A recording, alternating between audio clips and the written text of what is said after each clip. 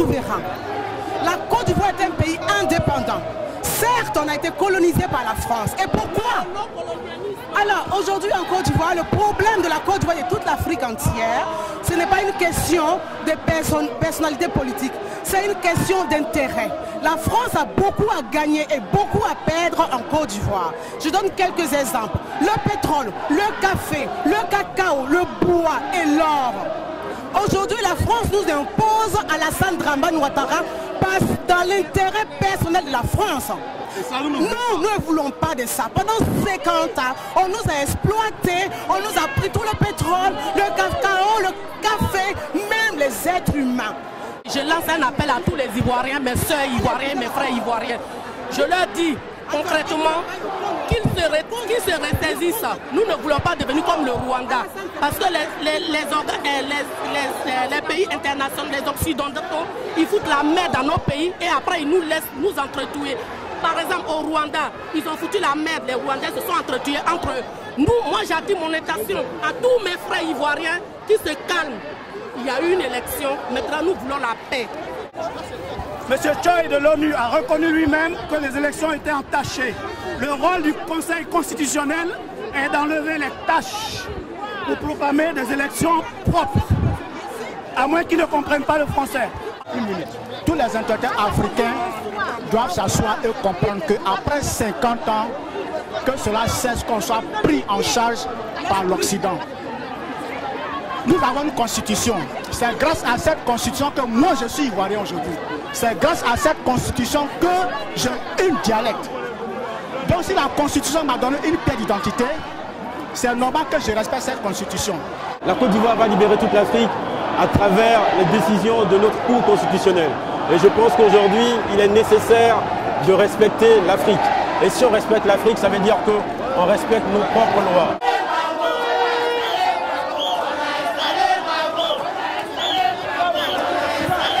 Je suis contre ces gens qui disent que oui, parce que nous sommes artistes, nous ne devons pas se mêler à la politique. Mais aujourd'hui, je dis non, parce que nous sommes des citoyennes. Ici en France, moi j'ai été dépourvue de mes droits, je n'ai pas pu voter puisqu'on a annulé purement et simplement les votes en France. Aujourd'hui, nous devons respecter les lois et les coutumes de notre pays. Parce que c'est ça qui est le pilier de notre vie en général. Moi, ça fait 35 ans que je vis en France. Je respecte les lois de ce pays. Et je pense que même quand quelqu'un vient chez moi après 22 heures faire du bruit, je suis à même d'aller à la police pour défendre mes droits. Donc aujourd'hui, la CIE n'est là que pour donner des résultats provisoires. On dit bien provisoires. Et la Constitution, à le dernier mot, doit valider si les requêtes des uns et des autres sont ou non prises en compte. Et c'est ce qui s'est passé en Côte d'Ivoire. Il faut que les gens arrêtent toujours de stigmatiser le président Laurent Gbagbo. Voilà, nous savons qui sont les grands-parents et les parents de la rébellion en Côte d'Ivoire. Les grands-parents, c'est bien sûr la France et la France de Sarkozy. Et le père de la rébellion en Côte d'Ivoire, c'est Ouattara. Donc si M. Sarkozy n'est pas content de l'élection de M. Gbagbo en Côte d'Ivoire, nous demandons simplement à la France et à Sarkozy d'aller chercher M. Ouattara et qu'il le nomme président en France, tout simplement. C'est aussi simple que ça. Voilà, merci. Aujourd'hui, j'entends M. Sarkozy qui dit qu'il donne 24 heures à président Gbagbo de quitter au pouvoir. Vraiment, c'est pas comme ça en fait. Il faut réunir les deux partisans pour dialoguer, pour qu'ils trouvent un intérêt d'entendre, pour que notre pays puisse avancer. Alors s'il vous plaît, je vous en supplie, n'essayez pas d'envoyer la guerre dans notre pays.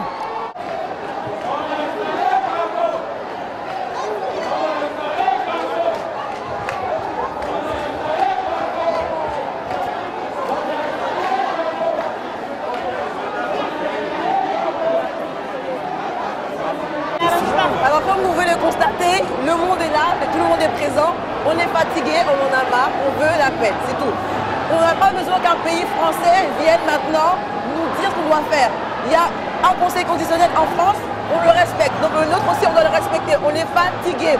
Nous la jeunesse, on n'était pas concernés des gens de politique, maintenant on en a marre. On veut maintenant, on veut la paix, c'est tout. Je voudrais dire à la France que non seulement ils ne connaissent pas l'homme, mais ils ne connaissent pas l'Afrique. Politiquement, il est avancé, très avancé. Et ce que la France oublie, c'est qu'au lieu de nous donner 2 yeux, ils nous en ont donné 8. Et on ne peut pas nous duper. Donc ils nous laissent tranquilles. On est dans un pays de droit, on est devant le Conseil constitutionnel qui a proclamé notre président de la République. Et il nie les évidences à partir d'aujourd'hui qu'ils comprennent qu'on est là. Et que l'Afrique ne se laissera pas duper par la France. Un président qui n'est pas pour la France est automatiquement enlevé par coup d'État. France 2 même nous a montré l'émission. On en a marre. Ouais. Dites à Sarkozy de tenir ses paroles.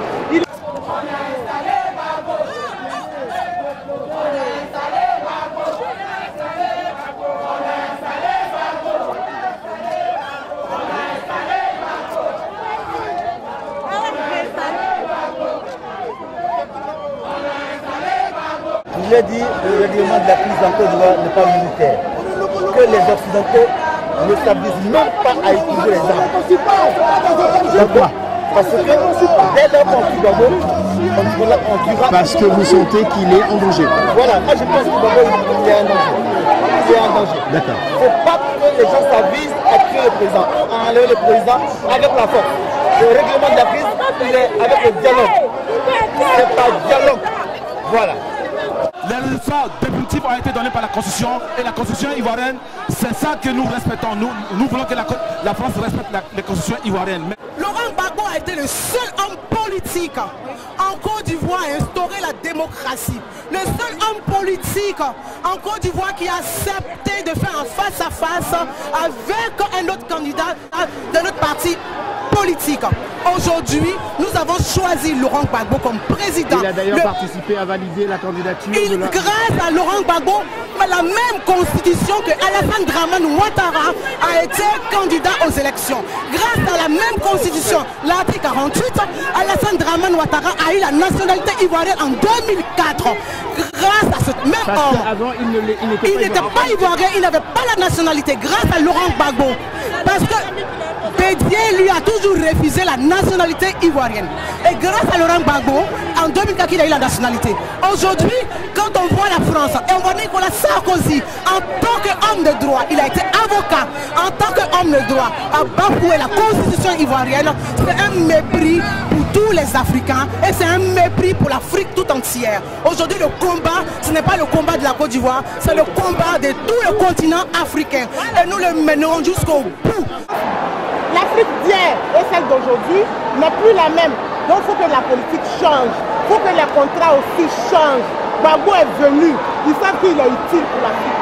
On veut l'enlever pour continuer dans la même magouille. Vous voyez, à l'ONU, ce sont les intérêts. L'ONU, c'est une organisation qui est corrompue. Elle est vraiment corrompue. C'est là-bas où les gens se partagent les intérêts de ce monde-là. Et on a la preuve que l'ONU veut se substituer à nos lois fondamentales. Pourquoi? Parce que c'est nos richesses qu'elle convoite. Donc, il ne faut pas avoir peur.